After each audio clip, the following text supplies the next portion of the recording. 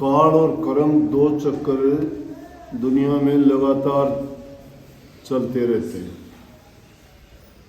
जिस प्रकार से काल नहीं रुकता उसी प्रकार से कर्म काम को कहते हैं। काम भी उसी प्रकार से संसार में प्रधान है। और तुलसीदास जी ने जिनकी ये वाणी थी वो रामायण में साफ लिखते हैं कि कर्म प्रधान विश्व रचि राख्या, जिन जैसा किया तैसा फल चाख्या। कहते हैं कि कर्म जैसा कोई भी जीव करता है, इंसान नहीं। इंसान को तो इसलिए कह दिया कि ये बात इंसानों से की जा सकती है। इंसान की भाषा इंसान ही समझता है। पशु पक्षी और जीव जंतुओं को तो मजबूर करके कुछ सिखाया जा सकता है, लेकिन उनमें समझ नहीं है। थोड़ा बहुत कहने से वो सीख जाते करते हैं। लेकिन इंसान के लिए कहा ये कि इस संसार में कर्म की प्रधानता है। जो जैसा कर्म करेगा वैसा ही फल उसको भोगना पड़ता है। अब कर्म एक प्रकार के नहीं है। जबान से भी कर्म करते हो, शरीर से भी करते हो और मन से भी करते हो।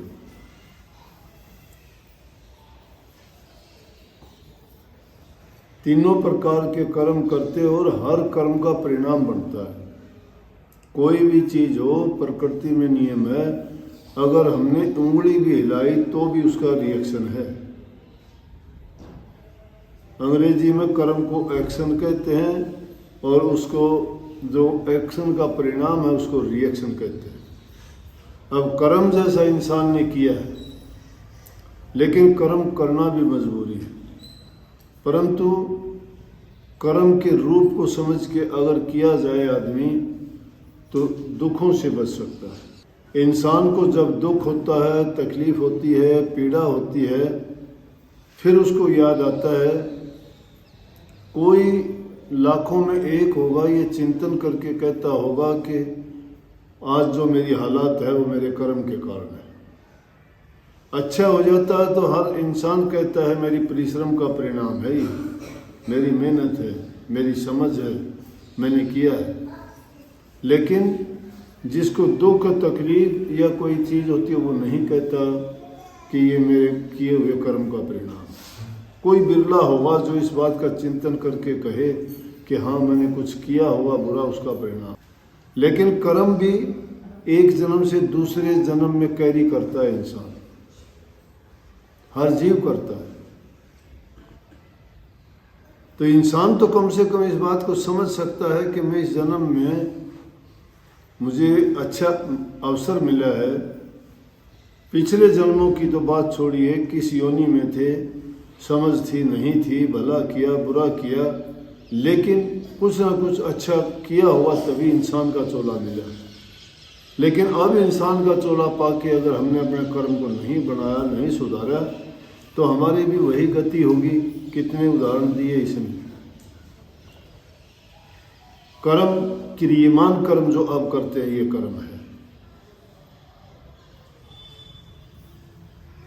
संचित कर्म जो जन्म जन्मांतर से हम भोगते जन्म आए हैं, वो कर्म पूरे नहीं किए गए, वो इकट्ठे होते चले गए, उनको संचित कर्म कहते हैं। और क्रियमान कर्म ये है। और भविष्य के लिए जो करते हैं यही कर्म हमारा प्रारब्ध बन जाएगा। प्रारब्ध कर्म वो है जो पिछले ही जन्म में करके आए। प्रारब्ध कर्म के कारण इंसान को ये चोला मिला, लेकिन कर्म पीछे के जितने भी थे सब के सब उसके साथ बंधे हुए हैं। और जितने भी कर्म हैं वो इंसान के, अब देखते हो जब कोई जीव जन्म लेता है इंसान के रूप में भी, कोई नेक कर्म किए होंगे, इंसान का चोला मिला, लेकिन कईयों को इंसान का रूप मिलता है, मिट्टी जैसे है, ना उनको समझ है। न खाने की, न चलने की, न बोलने की। कोई गूंगा पैदा होता है, कोई बहरा पैदा होता है, कोई लूला लंगड़ा पैदा होता है, कोई अंधा पैदा होता है। वो अपने दिन पूरे करने के लिए उनको कोई समझ नहीं है। इंसान का चोला तो मिला, लेकिन कैसा मिला? पूर्व कर्म के कारण, पिछले जन्मों में जो कर्म किए उसके कारण ऐसा मिला। इसलिए महापुरुषों ने समझाया कि अगर इस जन्म में हमने नेक कर्म नहीं किए, अब नेक कर्म करके हम पिछला कर्ज भी दे सकते हैं जो संचित कर्म है। प्रारब्ध कर्म के कारण हमारा ये बना। अब अगर हम प्रारब्ध बढ़ाना चाहते हैं, अच्छे कर्म करना चाहते हैं, तो आगे का भविष्य भी अभी हमें पता होना चाहिए कि हमने जैसा किया वैसा परिणाम मिलेगा। नहीं तो किन के उदाहरण दिए तुलसीदास जी ने? पहला कहा कि वशिष्ठ से महासुर ज्ञानी। रामायण के लिखने वाले तुलसीदास जी, तुलसी कृत जो रामायण है वो एक भक्ति का सच्चा रूप भी है। तुलसीदास जी ने अपनी मेहनत को भी ऐसे दर्शा दिया कि जो इंसान जो कर्म करता है उस कर्म का रूप भी हो जाता है। जैसा कर्म करता, आप देखते होंगे अगर कोई जीव हिंसा करता है उसका चेहरा अलग ही मिलेगा। जो दयावान पुरुष होंगे उनके चेहरे से आपको दूसरा ही रूप नजर आएगा। जो महात्मा होंगे उनके चेहरे से आपको बिल्कुल सादगी, सत्यता, प्रेम, ये चीज़ें उनको टपकती हुई दिखाई देंगी। अगर कोई आदमी क्रोधी है, दूसरे स्वभाव का है, उसका चेहरा आप देखोगे बुरा ही दिखाई देगा। लेकिन बात यह थी कि तुलसीदास जी जब रामायण लिखनी शुरू की, उनकी कहानी तो मैंने पहले भी सत्संगों में फरमाई है, लंबा टाइम लगेगा, लेकिन वही तुलसीदास एक अक्षर नहीं जानते थे। ना उनके पास भक्ति थी, न राम को जानते थे, न कृष्ण को जानते थे, न रामायण के बारे में कोई सोच थी। एक साधारण आदमी था। शादी होगी, पत्नी आ गई, लेकिन पत्नी से प्रेम था। कितना प्रेम पत्नी को, वो यूँ समझ लो कि परमात्मा भी उसके सामने कुछ नहीं। उसे पत्नी से इतना प्रेम था कि एक रात के लिए चली गई तो पीछे पीछे चला गया, रात को ही चला गया। जंगलों को पार करता हुआ चला गया, जंगली जानवरों का ख्याल नहीं किया। नदी को भी एक मुर्दे पर बैठ के पार कर लिया उसने। घर पे भी जाके छत से होके अंदर घर पे गया तो एक सांप को पकड़ के ऊपर चढ़ गया, कोई चिंता नहीं। पत्नी ने पूछा कैसे आए? बोला कि इतने बीहट जंगलों में से जंगली जानवरों का डर नहीं था। बोला नहीं डर था, सिर्फ तेरा ही ख्याल था, इसलिए मैं रह नहीं पाया, रुक नहीं पाया, अपने आप को रोक भी नहीं पाया कि आपके बिना मैं एक रात गुजारा नहीं रह नहीं सकता था, नींद नहीं आई। हैरान होगी उसकी बात को देख के, सुन के। लेकिन विवेकशील थी, बुद्धिमान थी। आदमी किसी भी भावना में जब बह जाता है तो उसको दूसरा ख्याल कोई नहीं रहता। आदमी भला बुरा नहीं देखता, कोई इज्जत सम्मान नहीं देखता, तो कुछ दिखाई भी नहीं देता। तो उसने अपने पति के बारे में सोचा कि देखो इतनी रात में आया, कहने लगी नदी को कैसे पार किया? नदी तो पूरे उफान पर थी। बोला एक लकड़ मिल गया, उस पर बैठ के आया। बोला लकड़ कहाँ से आ गया इतने तेज भाव में? और छत पे कैसे चढ़ गया? बोला कि रस्सा था एक, वो लटक रहा था। जाके देखा रस्से की जगह सरप था। नदी पे जाके देखा तो मुर्दा था किनारे पे। बोला जंगली जानवरों से डरा नहीं, मुर्दे पे बैठ के तूने नदी को पार कर लिया, सरप को पकड़ के ऊपर चढ़ गया। कौन चीज प्रधान थी आपके दिल में? प्यार। उस प्यार ने आपको इतना अंधा बना दिया कि कोई डर नहीं, कोई भय नहीं, कोई चिंता नहीं, कोई बात नहीं, सिर्फ पत्नी अच्छी लगी। और एक ही बात ने तुलसीदास जी का जीवन बदल दिया। और वहां उनकी पत्नी ना होके उनके लिए गुरु बन गई। उसकी गुरु कौन होता है? जो बुरे रास्ते से हटा के प्रभु की भक्ति की ओर लगा दे, जो इंसान के अज्ञान को मिटा के उसको ज्ञान दे दे, अंधेरे से जो प्रकाश में ला दे, पाप कर्म से छुटवा के पुण्य कर्म में लगा दे। इंसानी जीवन का या इंसानी चोला धाड़ करने का जो महत्व है वो बता दे, वो बता दिया उन्होंने। और बताया कहने लगी कि जितनी नीत हराम में उतनी हर में हो, चाला जा बैकुंठ ने तेरा पल्ला न पकड़े कोई। कि जितनी नीत हराम में है ना तेरी, तो एक पत्नी के लिए, एक औरत के लिए, एक काम के वशीभूत होके इतना अंधा, इतना बेवकूफ, इतना पागल हो गया कि तेरे से एक रात रुका नहीं गया। अगर तू प्रभु से इतनी प्रेम करता तो तेरा पार उतारा हो जाता। वहीं से चल दिया। एक ही वचन ने, एक ही बात ने उसके जीवन को बदल दिया। आप रोजाना सत्संग सुनते हो, कई कई साल बीत गए आपके, परिवर्तन नहीं आया, आदतें नहीं छूटी, तेरा मेरी नहीं छूटी, रास्ता नहीं बदला आपने। जिस मंजिल के लिए चले थे उस मंजिल की ओर चल नहीं पाए। मंजिल क्या थी आपकी? प्रभु भक्ति करने की। फंस गए किन बातों में? दूसरे लोगों की बुराइयां करने में। अरे एक आदमी अपनी मंजिल की तरफ जाता है, उसको पता है रास्ता ये जाएगा, अगर उसको गुजरते गुजरते किसी चौक चौराहे से गुजरना पड़े और उसको पता है एक रास्ता इधर जा रहा है, एक उधर जा रहा है, एक उधर जा रहा है, तेरा रास्ता तो सीधा है, तो उसका ये मतलब थोड़ा है कि वो दूसरे रास्तों को गाड़ी देनी शुरू कर दे। उसको अपने रास्ते पे चलना चाहिए। जो अपने रास्ते पे चलता है उसको पता है तेरी मंजिल इस रास्ते पे चल के आएगी। उन रास्तों को कोसना, उनको बुरा भला कहना या उनकी ओर देखना या अपनी दृष्टि में ये दोष देना, उसको क्या मिलेगा? क्या मिलेगा? कुछ नहीं। इंसान में कमी है, अच्छों को नहीं देखता। अच्छों को देखता है तो ईर्ष्या करता है, बुराइयों को देखता है। लेकिन तुलसीदास जी ने आव देखा ना ताव देखा और वहीं से अपनी पत्नी को अलविदा कह के आ गया। 12 वर्ष तक गया नहीं, प्रकांड पंडित बन गया।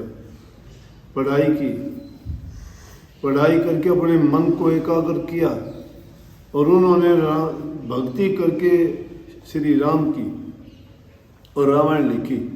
और कहते हैं जब रामायण लिखते थे तो जो भी प्रकरण उनके सामने वो लिखने बैठते थे तो रामचंद्र जी, लक्ष्मण जी, माता सीता, हनुमान जी, जिसका भी प्रकरण, भरत जी, कैकेयी, माता कौशल्या, जो भी उन्होंने लिखा वो उनकी आंखों के सामने नजारा होता था।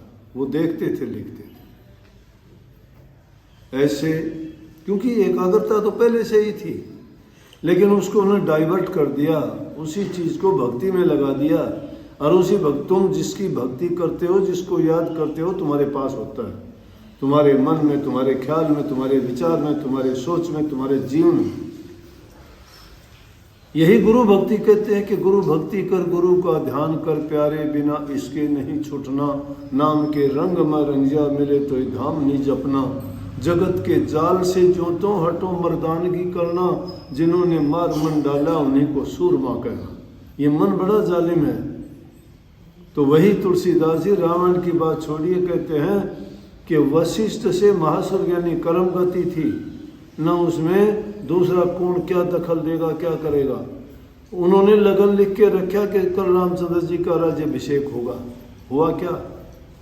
वनवास मिला। कुल गुरु थे उनके, पीढ़ियों के गुरु थे। उन्होंने लगन लिख दिया था कि कल को राज्याभिषेक होगा, और राज्याभिषेक होने के बजाय जंगल मिला उनको। जंगलों की खाक साड़नी पड़ी लक्ष्मण जी को, माता सीता को और श्री रामचंद्र जी को। कहाँ राज्याभिषेक होना था? तो कहते हैं क्यों कि कर्म गति टाली ना, कर्म की गति थी। ये कर्म उनके जिम्मे था, उनको करना था ये कर्म, वो टालने से नहीं टली।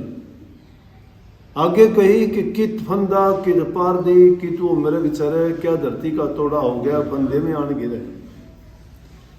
शिकारी लोग मृग को पकड़ने के लिए जाते हैं, फंदा लगा देते हैं। पार दी और कहीं जाके उनको घूमता रहता है, देखता भी नहीं कि तूने फंदा लगाया था, नहीं। लेकिन घूमते घुमाते क्या होता है कि हिरण जाके उस फंदे में ही फंस जाता है, अपनी गर्दन फंसा लेता है। इतना धर्मपरायण राजा हरिश्चंद्र सत्यवादी, मृत्यु मंडल में उनके समान कोई सत्यवादी राजा नहीं था। जाके इंद्र से शिकायत कर दी। कि पृथ्वी पर एक ऐसा राजा है जिसकी आपसे भी ज्यादा महिमा है, उस जैसा तो कोई सच्चा है ही नहीं। इसी बात के कारण इंद्र ने बदला लेने के लिए उसको इतने कष्ट दिए, लेकिन उसने सत्य बात नहीं छोड़ी। तो इतना सत्यवादी राजा होते हुए भी उसने इतने कष्ट भोगे, रानी बिक गई, लड़के के साथ क्या क्या हालत बीती, लेकिन सब कुछ बर्दाश्त की। क्या था? कर्म गति। तो इसलिए उस कर्म गति को टालने के लिए एक ही चीज, एक ही मंत्र सबसे उत्तम है, और वो चीज है प्रभु की भक्ति। मालिक को अगर याद करोगे, वो सब रोगों की दवाई है। चाहे वो हमारा तन का रोग है, चाहे मन का रोग है, चाहे वो हमारा आत्मिक रोग है, चाहे जन्म मरण का रोग है, चाहे दुनियादारी के दुख हैं, किसी भी प्रकार के कष्ट हैं, वो सब के सब उस प्रभु नाम की जड़ी से सब ठीक हो जाते हैं। तो कहते हैं कि वो कर्म बनाओ भक्ति वाला, कि जिसके कारण तुम्हारे पिछले जन्मों के जो कर्म हैं वो सारे कर्म फल बदल जाए, और बुराई छोड़ के अच्छाई के रास्ते पे चलोगे, पर वो सारे के सारे गुण प्रभु के नाम में हैं। उनके नाम की जब भक्ति करोगे, क्योंकि जिस चीज़ को याद करोगे उसमें जो गुण है, जो उसके पास है, आपको वही देगा। प्रभु की भक्ति में ये सारे गुण है, वो आपको शांति देगा, सुख देगा, तन की, मन की, दुनियादारी की, जो भी चीज़ आप मांगोगे वही मिल जाएगी। लेकिन भक्ति में तो सबसे उत्तम चीज़ यही मांगी जाती है कि ये जीव इस संसार में जन्म मरण के रोग से ग्रस्त है, कभी किसी योनि में जाता है, कभी किसी योनि में जाता है, हमें याद नहीं है, और पिछले जन्म और पिछले योनि हमें याद हों और पिछले कर्म हमें याद हों, तो हम सब के सब कोई वो कर्म नहीं करें, अच्छे कर्म करेंगे।